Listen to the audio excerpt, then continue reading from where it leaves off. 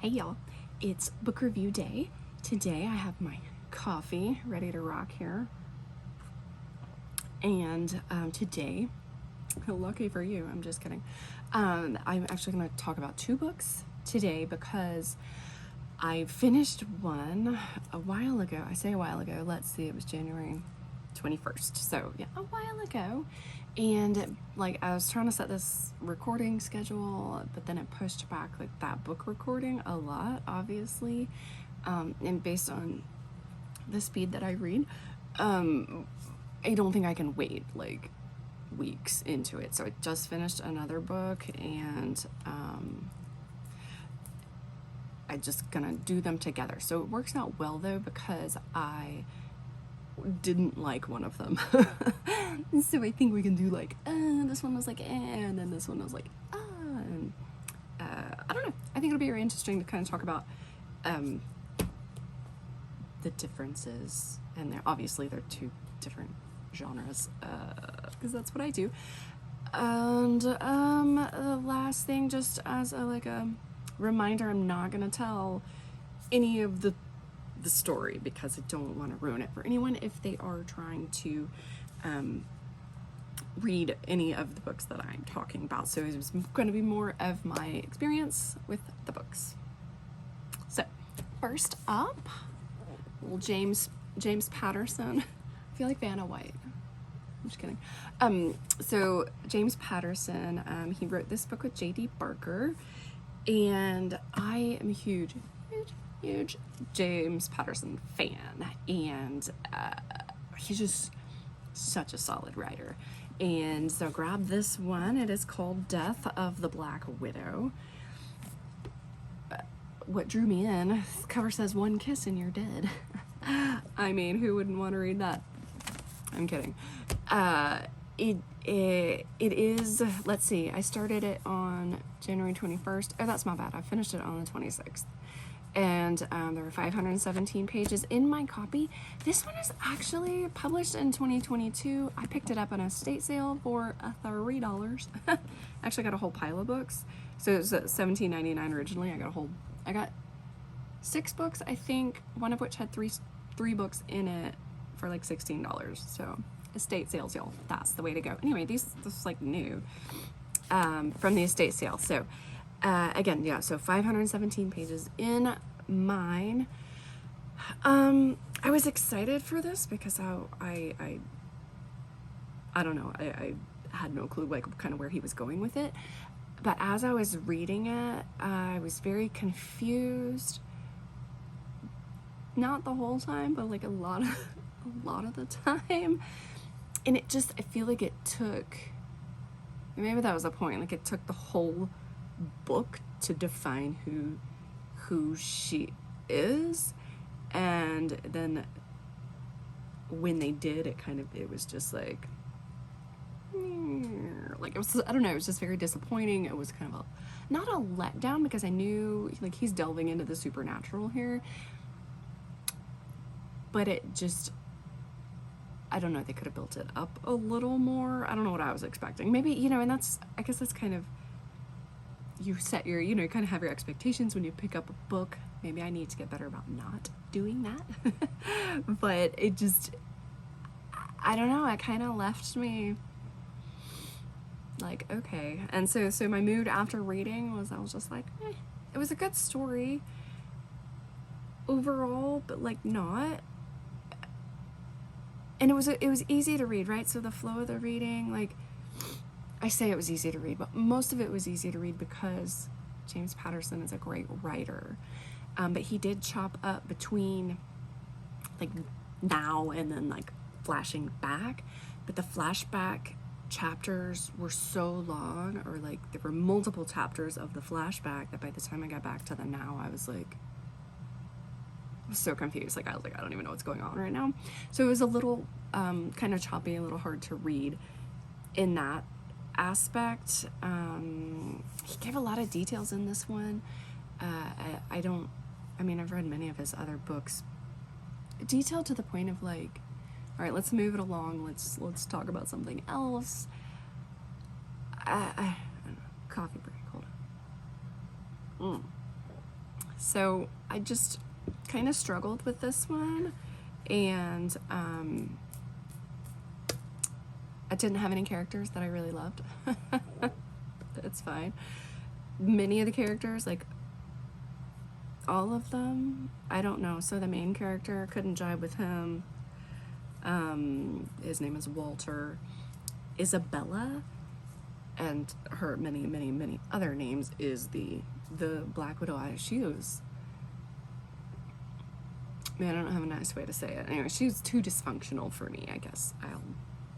I'll say that. I'll use my nice words and say that. So, and again, by the time I got to the end, I felt like there were so many pieces to this puzzle, and they didn't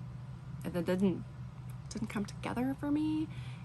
Maybe I need to reread it if I can get myself to do that. It just didn't, I don't know. It's very odd.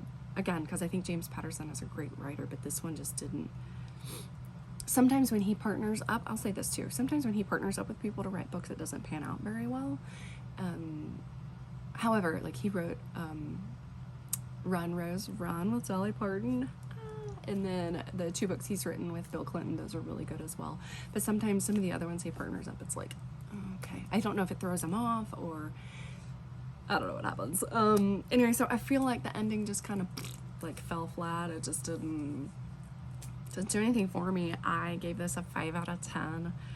And no, would I read it again? Not really. Don't think so. Unless I feel compelled to try again and see if it was me.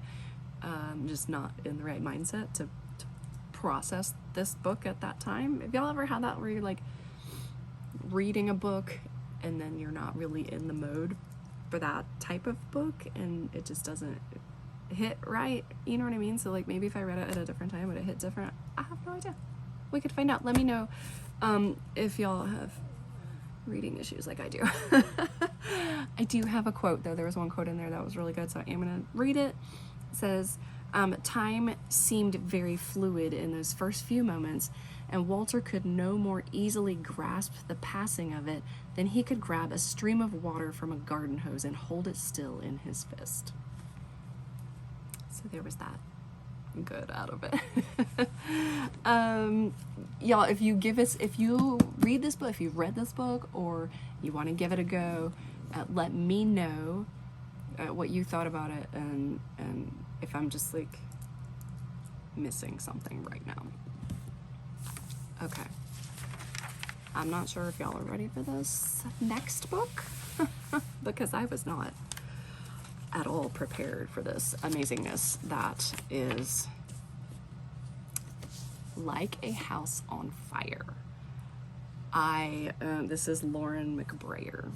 Now, when I read the inside jacket cover, I was like, oh, okay, you know, and like before I picked this one up, I was like, should I read The Green Mile by Stephen King, or should I read this one? I don't know. Turns out this was a good choice, and I was in the mood for this, I guess. I don't know. The pub date is 2022. This is one I picked up at Barnes & Noble.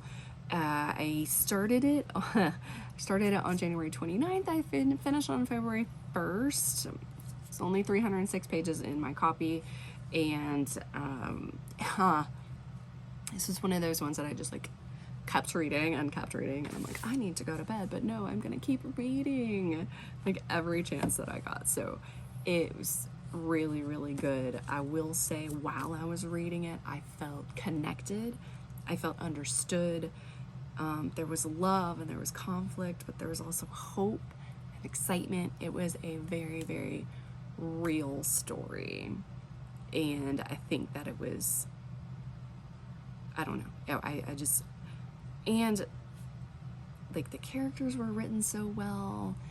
90% of them were lovable. I just, after I was done reading it, I was shocked at the ending, but like good shocked. I was happy, and I didn't want any of the characters to leave me. It's like when you finish like a 10 season, you know, series on Netflix, and you're just like, I don't don't know what to do with my life right now, right? Because you become entrenched in their lives. This is like the same thing for me. Such a good story, like such a good story. It was, again, very easy to read, and almost like talking to a friend. And I, you know, like you just have a conversation, but you're like reading. It's amazing.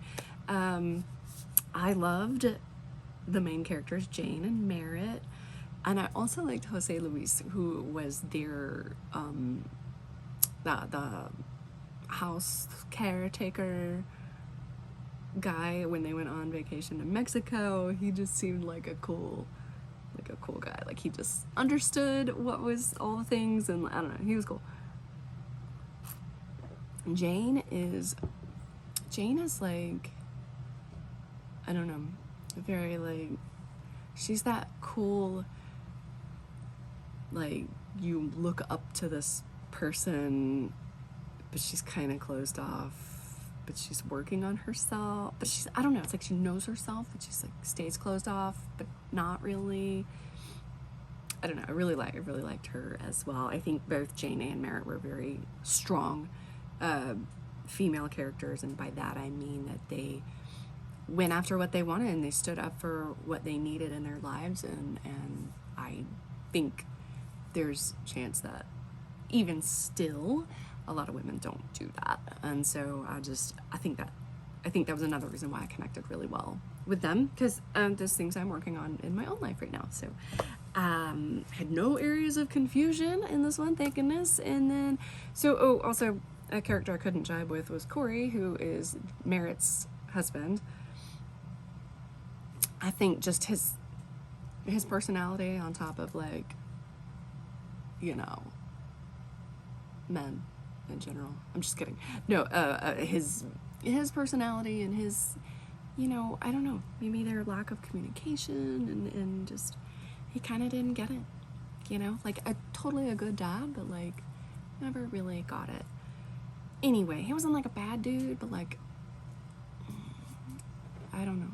I guess like all of us, we could be better. You know what I mean?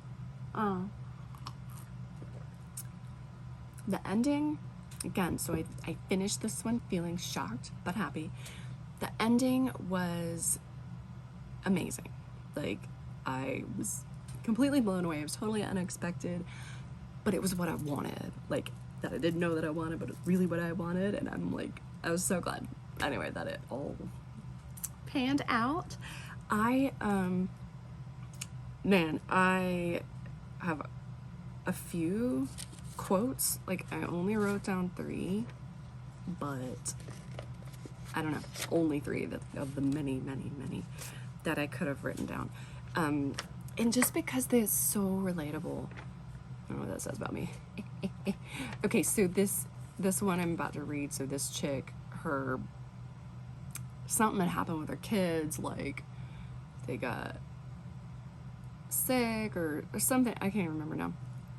Excuse me. So it says, Chloe pushed her sunglasses off her face and smiled, the defeated smile of a woman who had been forced to accept the fact that in lieu of the hours of progress and productivity she thought she was going to have, her day would be a raging dumpster fire instead. Can I get an amen if we've all been there before? I just thought that description, like, I don't know, if you're a mom, even if you're not a mom, like, and like you're like, I'm getting this and this done today. No, I'm not. And then you're just like, yeah. All right, so this one is from the main character.